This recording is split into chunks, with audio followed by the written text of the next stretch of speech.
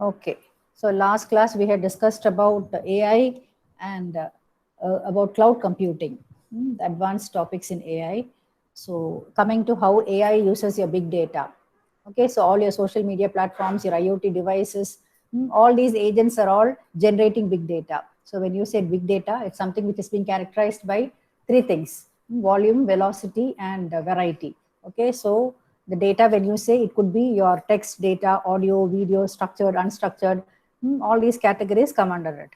Okay, so the point is, AI has not come to conquer our world, but to improve the way we harness our technology. That is by combining AI with the other latest technologies like your IoT, cloud, to make everything better. That's the purpose of AI. Okay, so next, moving on to the next topic, business intelligence and business analytics. Intelligence and analytics. Okay, so you would have heard all these terminologies. Okay, then it might be slightly confusing. You would have heard about three things. One is what data mining, then another one is business intelligence, and the third one is business analytics. Okay, so let's see what the difference between all these are. Many a times we use all these terminologies synonymously. Okay, so this data mining and business intelligence. Okay, they both, I mean, they do have similarities. Okay, so it's all about converting some raw data into meaningful information. Okay, so when you say business intelligence, it is a suite of technologies. You have your software, you have a lot of services. So they're all used to transform your data into some sort of intelligence, actionable intelligence, and knowledge. Okay, generally your business intelligence. Okay, so that is for business executives. Okay, so and business intelligence incorporates the most important part of your business intelligence is data visualization. Okay, so data visualization. Okay, so data mining, when we say, it's more optimal for uh, processing your data sets, which is concentrated in a, let's say, a particular department, a customer segment, or yeah. So by analyzing all these, the data sets could be small, so all these smaller data sets. So you, I mean, data mining can reveal some hidden patterns, or some hidden answers which could be suitable to some specific business questions. Okay, so when we say BI, your business intelligence is for higher management. Okay, so I mean, they need not know programming.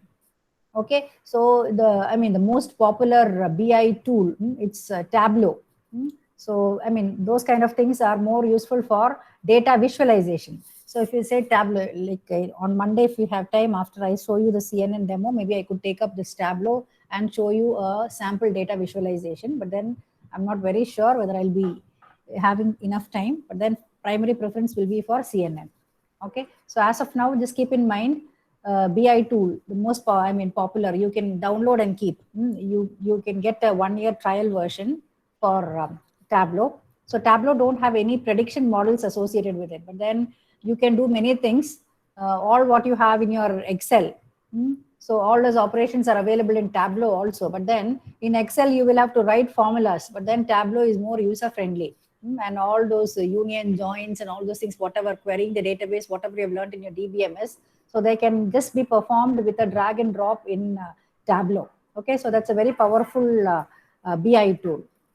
Okay, so then business analytics, yeah, it employs what is called your predictive analytics, with rich visualized reports, statistical analysis, then data mining and quantitative analysis to identify the past business trends. Okay, so then this is the difference between your business analytics and business intelligence. So business analytics, popular tool is their Minitab. Okay, BI, you have your power, I mean, you have your Tableau. Okay, so business analytics, statistical analysis, whereas your business intelligence, automated seamless processing, OLAP operations. I don't know whether you have heard about OLAP. Those who have studied data mining would have come across it. Some, at least few students would have learned data mining, right? Have you learned data mining? Don't worry, I'll not ask you what it is. Have you learned or not? At least those students will have a better idea. Have you learned data mining? Yes, ma'am. Yes. So there you would have come across what is called OLAP, right? Online analytical processing, data being shown in the form of data cube and performing things like slicing of data, dicing of data, all those things you would have come across. Okay. So drilling of data. Okay. So business analytics is all about predictive modeling, whereas business intelligence is all about querying the data. And so these are the differences, primary differences. Okay, so from the type of questions which is being asked. Okay, so what happened, when, how, or how many. Whereas it comes to analytics, what will happen? It is a sort of predictive modeling. So what will happen if we change this one thing? What is the trend? So those things, predictive modeling is involved in business advanced analytics. Okay. So again, choosing between your business intelligence and business analytics. Okay, so BI is used to uses the past and the current data to optimize the present for current success. And business analytics uses the past and analyzes the present to prepare the business for future. It's all about predictive modeling. Okay, so if you are satisfied with your business model as a whole and mainly wish to improve the operations, increase the efficiency and meet the organizational goals, then business intelligence may be an optimal solution. Otherwise, if you intend to change your business model and you want to know where to start, the business in analytics might be the best option. Okay, so the difference between your, choosing between BI and BA. Okay, so you need to understand the organization's productivity, work process, and employees, and with that understanding, improve their business from the ground up. Whereas business analytics, you want to analyze your company, your market, your industry with the goal of optimizing the current performance and predicting the business trends. To remain competitive in future, then you need to go for what is called your analytics. Okay, so based on these capabilities, we have multiple applications of AI in business in the form of your chatbots, your virtual assistants, business intelligence bots, targeted online advertising, predictive analytics, voice recognition, pattern recognition. So the applications are endless. Okay, so now moving on to the next topic, a very important and a very interesting topic called sentiment analysis. Okay, so sentiment analysis. Sentiment analysis, another name for it is, you would have come across, is what is called your opinion mining. Okay, so opinion mining. Okay, so rather than reading out from here, so let me give you an example. Okay, so during your e-commerce shopping or your online shopping, okay, so one amusing customer review, that's what I'm just now projecting in the Word document. Okay, so this is the best laptop bag ever. So this is a review which is being given by a customer. Okay, so it's so good that within 2 months of use, it's worthy of being used as a grocery bag. Okay, so there's some sarcasm involved in this review. So it's evident that the customer is not happy with the quality of the bag. But then the sentence is having words like best, then good, worthy. Okay, so these kind of words are there in this. Okay, so one glance, the review can be mistaken to be a positive review. Okay, so these kind of humorous, sarcastic reviews are becoming viral on social media these days. Okay, so in case these kind of responses are not being detected upon and acted upon, it could be damaging your company's reputation, especially if you are planning to hold a new product launch or other things. Okay, so detecting this sarcasm in reviews, it's actually a very important use case in natural language processing. Okay, so this sentiment analysis, about which we are going to discuss in the next few slides, it's actually a subfield of your NLP. NLP. So that tries to identify and extract opinions from a given text. Okay, so this detecting sarcasm in the review, that could even be taken up as a project work in your final year. It's actually catching up in social media and other things. Okay, so it's a very good use case as far as machine learning is concerned. Okay, so earlier companies used to rely on traditional methods like your survey or some focus studies, group focus studies to get the customer feedback. But then these days you have your ML and AI technologies. Okay, so with the help of which you're able to analyze the text from a variety of heterogeneous sources with a lot more accuracy and precision. Okay, so actually I mean, these days you're able to extract even the emotions from the text. Okay, so that's actually a very good tool or an area. Okay, so and that area can, I mean, be used. It has got a huge impact as far as the business is concerned, because definitely you can make the outcome, make use of the outcome of it to improve the ROI, that is return on investment in business. And you can make your cash registers rigging more, I mean, even more with the outcome of it, and accordingly, I mean, analyze your business. Okay, so that's what is sentiment analysis all about. So you can see the definitions, what is being given out here. Okay, sentiments, feelings. So it's all about extracting opinions, emotions, and sentiments in text. Okay, so you gather the data. That is your unstructured data, either as your text or as your image, and then you categorize them as dislikes or likes or good or bad, and all these things. Okay, so it's a task of identifying whether the opinion expressed is in text is positive or negative. So I can just show you one. Let me see 1 second. Yeah, is it visible to you? So this is yeah, okay, a free sentiment analyzer tool. Okay, so I mean, I'm not going to show you the code or the logic behind it. I'm just showing you there are a number of tools. Okay, I'm just typing I hate AI.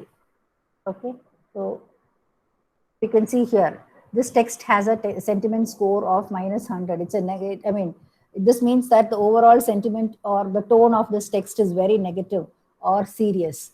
Okay, or if on the other hand, if I write, I love AI. Okay, so let me read this, analyze this text. Okay, so yeah, this is showing the text is very positive or enthusiastic. Okay, text is, I mean, similarly, you can take the post from the social medias and analyze it. Okay, so okay, so there are a number of tools. I just showed you a free sentiment analyzer tool. Okay, so the other names for yeah, user opinions can be polarized as positive, negative, complex.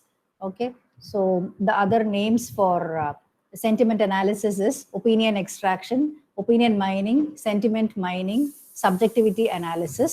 Okay, so what basically is this subjectivity analysis and opinion mining. Okay, so you identify the orientation of opinion in a piece of text. Okay, for example, the movie was fabulous, the movie stars Mr. X. The movie was horrible. Okay, so you put all these in the form of text, or it can be put in the form of smileys. That's what is more popular these days, and they can be generalized to a wider set of emotions. Okay, so or positive or negative movie review. Okay, so it can be used for a movie review, good or bad. Okay, for example, it was pathetic. I'm telling it was pathetic. Okay, so the worst part about it was the boxing scene. Okay, so it will take the word pathetic and says it's a negative sentiment. Okay, so again, why do we need this sentiment analysis? Again, it's all for business.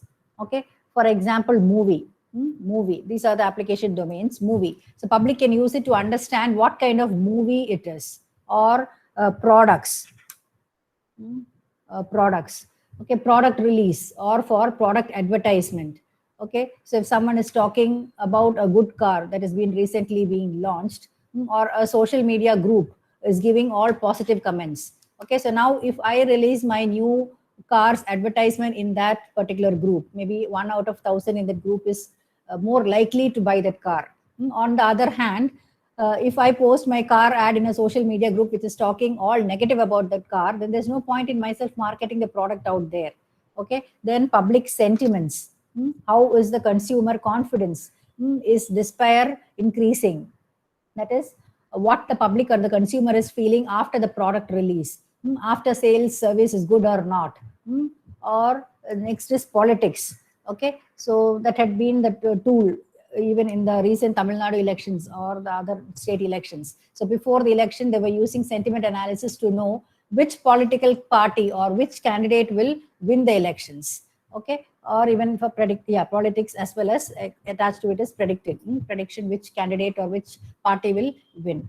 Okay, so why compute this affective meaning? Okay, so that is to detect the mood of a person or a public, or to know the value of a product. Okay, the sentiment towards the politicians, the frustrations, the stress, the depression, the confusion, the emotions. Okay, so once you're able to detect all these levels, you can think of some remedial measures. Okay, either to control it, or if it's for good, to improve it. Okay, so I mean, emotions or moods for literacy to tutors in children's storybook domain, emotions in computer games, violent games, games which convey good moral stories. I mean, there are different categories. Okay, so now coming to the applications, businesses, brand analysis, new product perception, benchmarking. Okay, so business spends a huge amount of money to find customer sentiments and opinions. Okay, individuals are interested in other opinions when purchasing a product or using a service. They always look into the ratings, finding opinions on political topics, movies, etc. Or social media, finding general opinion about recent hot topics in the town, ad placements. Okay, place an ad when one praises a product. Place an ad from a competitor if one criticizes a product. Okay, n number of applications are there. Okay, so uses semantics to understand the language. You can use SentiWordNet. It's basically a lexical resource for opinion mining. You can look into it. It's a publicly available lexical resource for opinion mining. So at the back end, you will be having machine learning algorithms for doing this sentiment analysis. That is, yeah. So the approach. Okay, so next, moving on to the next topic called deep learning. Okay, deep learning. So sentiment analysis, I'll post an application along with the explanation for it. So you can take it up, and those interested can learn it, not just from the examination point of view. Okay, so moving on to the next topic, nothing but your deep learning. So deep learning, I had already told, AI has a subset called ML, which in turn has got a subset called deep learning. Okay, so deep learning is basically your machine learning which is being applied to large data set. Okay, so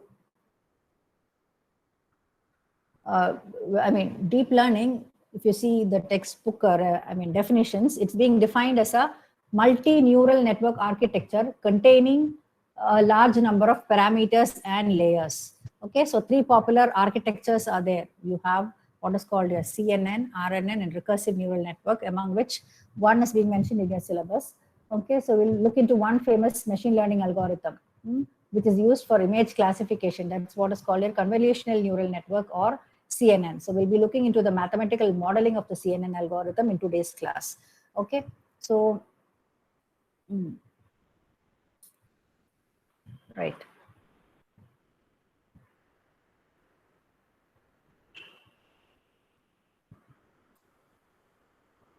Okay, this is all what I just told. Okay, so you can see here in your machine learning. Okay, there's always a person involved to detect the features of what you give. Okay, so features are given as input to your ML algorithm. Whereas in deep learning, the algorithm itself will detect the features, and that gives and that is given as an input to the neural network. Okay, so when it is machine learning, you can see here you have one input layer, one output layer, and one hidden layer. Okay, but when it comes to deep learning, it is just one input layer and one output layer, and you're having more than one hidden layers, multiple hidden layers. Okay, so if you're training your neural network with 1,000 images of car, okay, so finally for testing, you give the input as a truck or a lorry, then it will show you that it's not a car. it will not be detected as a truck or a lorry because it's a classification task, either yes or no. Okay, so car or not a car. Okay, so that's what. So coming to deep learning, all these things we have already discussed. The neural network is a simulation of human brain.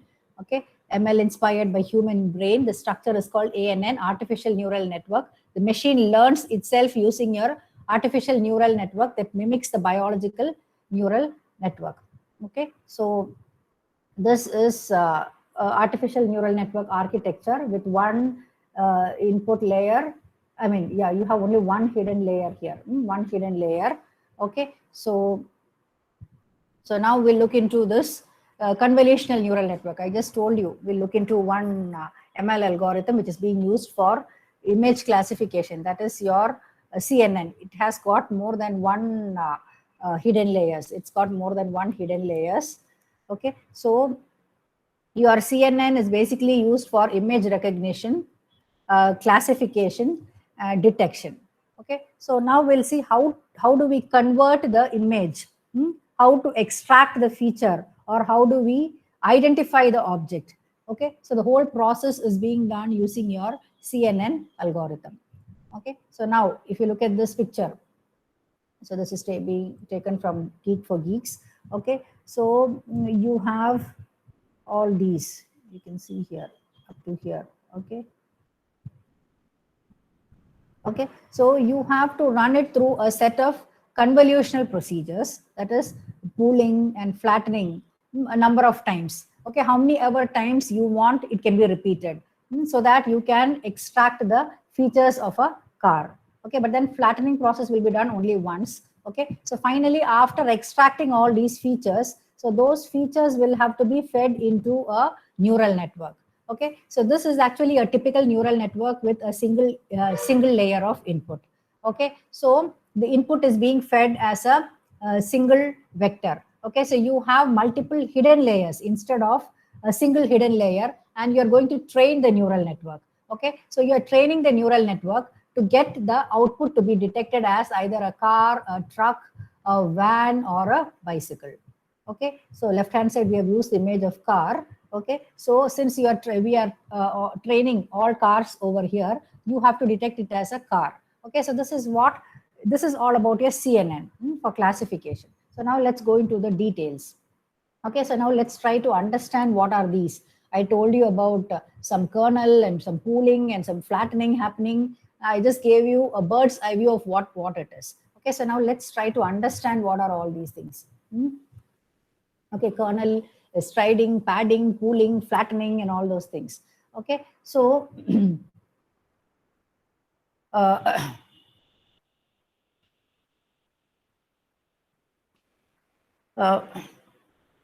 so I just told you your CNN is a machine learning algorithm that takes in an input image, then it will assign, let's say, some importance or some weights. That's what you're familiar with, weights or biases, to the various aspects or the objects in the image, and it will be able to differentiate from one another.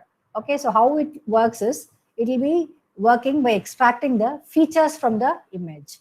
Okay, so it will have an input layer, which will be an image, a grayscale image. Then the output layer will be which will be either a binary or some multi-class labels. So then you will be having all your hidden layers, where you will be having your convolutional layer, your then what was it, ReLU, rectified linear unit layer. Then you have your pooling layer, and then a fully connected neural network. Okay, so this is actually the whole CNN, the whole CNN. Okay, so you give the image, okay, so you have to detect it as a cat. Okay, so you do this convolution and max pooling, how many ever times you want. Okay, so finally you come up with a matrix. So finally you come up with a matrix. Okay, so that needs to be flattened.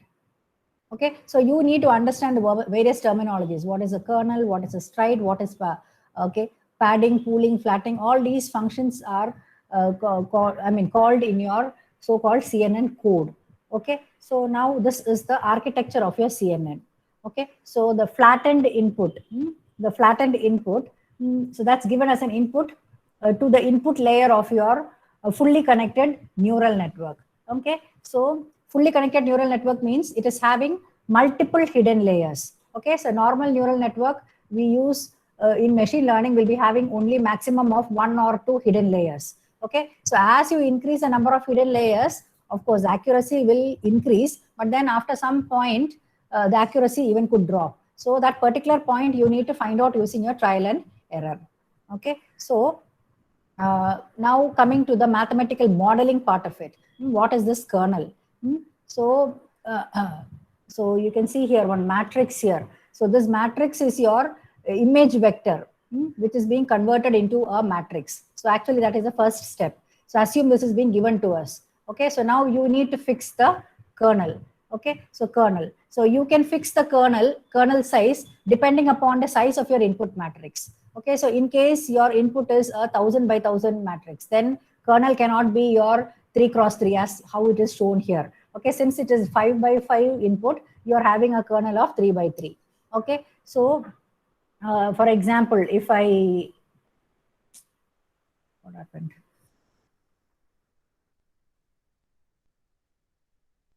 Okay, so if I take a input vector of size, say 5000, and a kernel size of 300.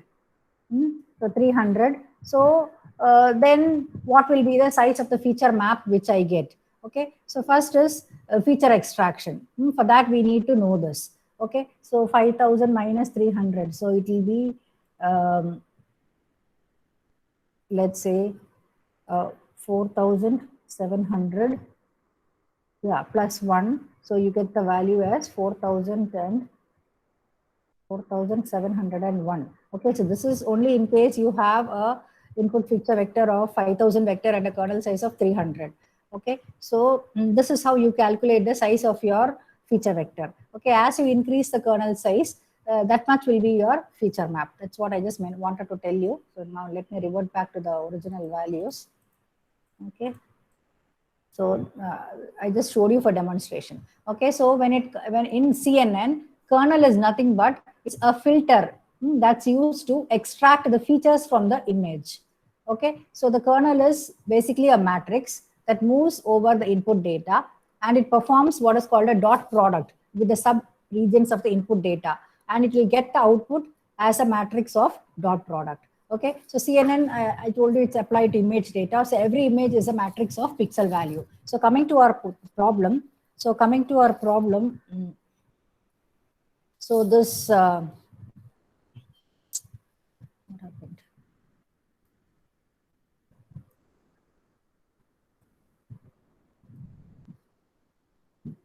Okay. Okay, so this kernel, you can, I mean, think of it as being embossed on top of this input. Okay, so you're performing a dot product. When you perform a dot product, how it will be 3 into 0, this 3 into 0 dot product, plus 3 into 1 plus 2 into 2 plus your next is this 0 into 2 plus 0 into 2 plus 1 into 0 plus the third is 3 into 0 plus 1 into 1 plus 2 into 2. Okay, so what do you get? You are supposed to be getting this value 12. Okay, so when you do this, the whole thing becomes this small value called 12. Is it becoming 12? 4, 3, 7, yeah, 12, right? Okay, so when you do this, you get this value called 12. Okay, then after that, you move your kernel to the right. Okay, so you move your kernel to the right. So that is, I don't have, so then it will be this. Okay, so I just told you the kernel is a matrix that moves over the input data. It will be performing the dot product with the subregions of the input data, and you get the output as a matrix of dot product. Okay, so next time you move the kernel to the right, keep moving it. Okay, so next time it will be 3 into 0 plus 2 into 1 plus 1 into 2 plus 0 into 2 plus 1 into 2 plus 3 into 0, then 1 into 0 plus 2 into 1 plus 2 into 2. So this way you keep on moving. So this is what is actually called a feature map extraction. Okay, so then you get the next value and simultaneously. So once you get the feature map extraction by once we get the feature map extraction by placing the kernel on top of it. So next question is what is next? So next is actually the stride. So before going to striding, I'll just summarize what I just told you. So in the context of your CNN, okay, so the convolution, so it's actually a linear operation. Okay, so that's involving multiplication of a set of weights with the input, just like your traditional neural network. Okay, so this actually is designed for a two-dimensional input. Okay, so the multiplication is basically being performed between an array of input data and two-dimensional array of weights. That is what is called your kernel, or in books, if you see, it will be called as filter. Okay, so the next one is what is called stride. Okay, so here we have to decide the stride to be a 2x2 stride. Okay, so you can decide whatever the size of the stride be. Okay, in the previous example, if we had used that feature map with the value called 4701, that is 5000 and 3000 kernel size, then the stride value will have to be more. Okay, so stride is actually a parameter of neural network that modifies the amount of movement over the image or video. For example, if I think I have an example out here. Okay, so yeah, if a neural network stride is set to value 1, then the filter will move 1 pixel or 1 unit at a time. Okay, so when the stride is 2, then we move the filter 2 pixels at a time. So that's what I just wanted to tell you. Okay, so how far the filter moves from one position to the next position, that's by stride.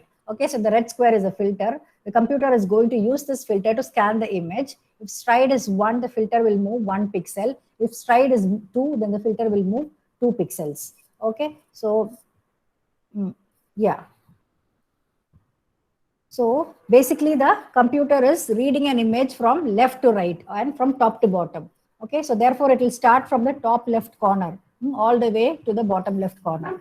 Okay, so moreover, it reads the image with a definite size. Okay, so you can compare it with a person trying to read the newspaper with the help of a magnifier. So every time the man could read only certain parts of the newspaper because he's using the magnifier, and the size of the magnifier will decide how many words at a time the person can read. Okay, so here the computer is taking a filter to read the images. Okay, so next moving on to what is called padding. Okay, then one point to be noted is it's always not necessary to go for that. I mean, it's not necessary that we always go for striding and padding. Okay, sometimes padding may give you good result. Sometimes it might degrade your result. Okay, so out here I'm applying one padding. Okay, so or I can apply more than one padding. Okay, it can either improve or degrade your results. Okay, so in this particular demonstration, I have added one layer of padding. You can see here, add. Okay, one layer of padding, adding one row of column and one column and row of zeros. Okay, this is what is padding. Okay, so padding means it actually refers to the amount of pixels added to an image when it is being processed by the kernel of CNN. Okay, so if the padding in a CNN it's set to 0, then every pixel value that is added will be of value 0. Okay, so now you might ask me why do we need this padding? Okay, so the image actually shrinks every time when you do a convolutional operation. Okay, so this actually will place an upper limit to the number of times such an operation can be performed before an image actually gets reduced to nothing. So padding is simply the process of adding a layer of zeros to our input image so as to avoid these kind of problems, that is a shrinking problem. So in our example, stride is 2 and padding is equal to 1.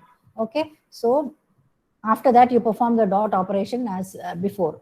Okay, so stride is 2 and padding is 1. Okay, so you perform the dot product multiplication like here before and you get the output padding. Okay, then the next operation is what is called pooling. Okay, so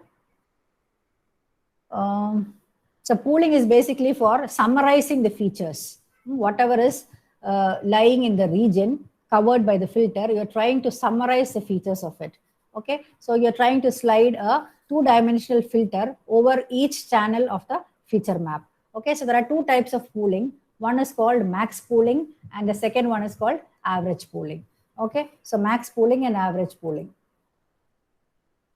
So you can see here, max pooling means you select the maximum element from the region of the feature map which is being covered by the filter. Okay, so after your max pooling operation, your feature map will be containing the most prominent features of the previous feature map. So from this particular region, 2294 maximum is 9, 7361 maximum is 7, 8531 maximum is 8, 2426 maximum is 6, max pool size. Okay, filter of 2 by 2, stride of 2 by 2. Okay, so pooling. Same way out here as a result of max pooling. So maximum among your 6, 14, 14, 12 will give you a value of 14. Maximum among 17, 11, 12 and 17 will give you a value of 17. Then maximum of 8, 10, 11 and 9 gives you a value of 11. Then maximum of 17, 19, 6 and 14 gives you a value of 19. Same way you have your average pooling. Okay, so average is taking the average value, mean value. Add everything and divide it by the total number of observation will give you the average value. So I told you max pooling will give you the most prominent feature in a particular patch of feature map, whereas average pooling will give you the average features present in a patch. Okay, so the spooling is basically done to reduce the, I just told you it is basically to summarize the features present in a region. Okay, basically you're trying to reduce the dimensions of the feature map. Okay, so it will reduce the number of parameters to learn and the amount of computation which is being performed in the network. Okay, so the pooling layer will summarize the features present in the region of the feature map generated by your convolution layer. Okay, so the further operations are basically being performed on this summarized features instead of precisely positioned features, whatever is being generated by your convolutional layer. Okay, so as a result, your CNN model will become more robust to the variations in the positions of the feature map in the input image. Okay, the next operation is flattening. Okay, so flattening means you're converting the data into a one-dimensional array. One dimension. Okay, this one-dimensional array. Okay, for inputting it to the next layer. Okay, so we are flattening the output of the convolutional layer to create a single long feature vector. Okay, and that is connected to the final classification model, which is called a fully connected layer. Okay, so you can see here, whatever value I get as the input, it has to be represented as a single vector. You can see here. As a single vector, that is single column input.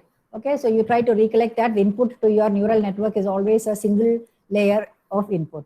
Okay, so after supplying the input, then you have to keep training with one or more hidden layers, and you finally get the output as 0 or 1 classification, whether it is a cat or not a cat. Okay, so this is all about your CNN and the different listing.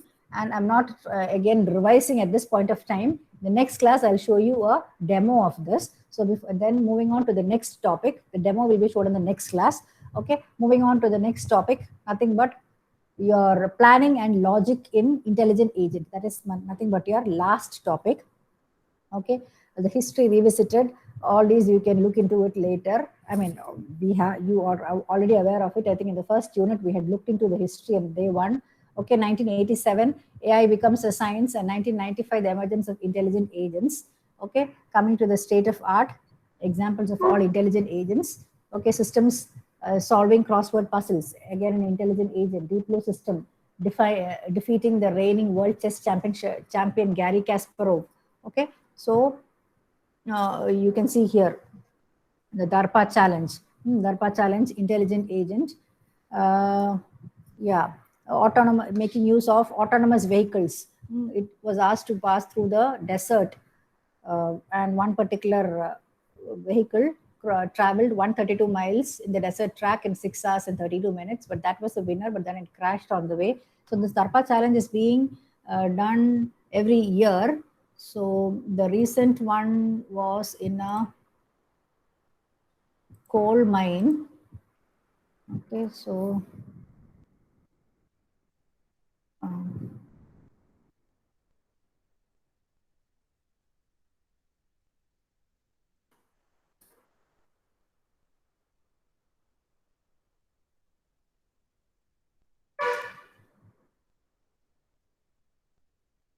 okay, so you can see all these. Yeah, these were the latest DARPA challenge was done in a coal mine. These are the images. So different autonomous vehicles were brought in by different prestigious universities. So these intelligent vehicles were asked to move in an unmanned mine and come out of the mine. Okay, so that was basically the DARPA challenge. Details you can look into it later. It happens every year. Okay, so and yeah, so consider what might be involved in building an intelligent agent. So how to build an intelligent agent? Okay, so fast hardware, foolproof software, speech interaction, it has to be integrated into it. Your image recognition, for example, if it's an autonomous vehicle, it has to have all these. Then learning on the go, then plan the route, take decisions, all these things. Okay, so can we build a hardware as complex as a brain? Okay, the answer to it is yes. Okay, so because how complicated is our brain? The cycle time involved is 10 to the power minus 3 millisecond, whereas in the case of computer, the supercomputer, it's of the order 10 to the power minus 8. So what is cycle time? Cycle time is basically the time during which one simple operation can be performed. For example, reading from memory. Okay, so I mean, so the conclusion is we can build hardware as complex as a brain. Our brain has too many interconnections, as you are aware of. Then, can computers learn and adapt? Yes, of course, using your machine learning and the deep learning algorithms, it can learn and adapt. So, DARPA's grand challenge, Stanford Stanley drove 150 without supervision in the Mojave Desert. Okay, so machine learning allows computer to learn to do things without explicit programming. So conclusion is yes, computers can learn and adapt when presented with information in the appropriate way. Okay, so computers can see. Can computers see? So the conclusion is no. Computers can only see certain type of objects, recognition and understanding like speech under limited circumstances. And then yes for certain constraint problem like face recognition. So now coming to the conclusion. Okay, so AI is all about building intelligent agents. AI has a bright future. So, not just as an AI tutor, I'm telling, it is a technology which has got a bright future, and technology is getting smarter and smarter these days. So, there's no doubt that AI has got a bright future. Um, yeah, surprising progress has been made as far as autonomous cars, chess computers. But then lack of progress is also a fact. That is visual object recognition. It's still in progress. So that's all. Okay. So we have just completed the syllabus. So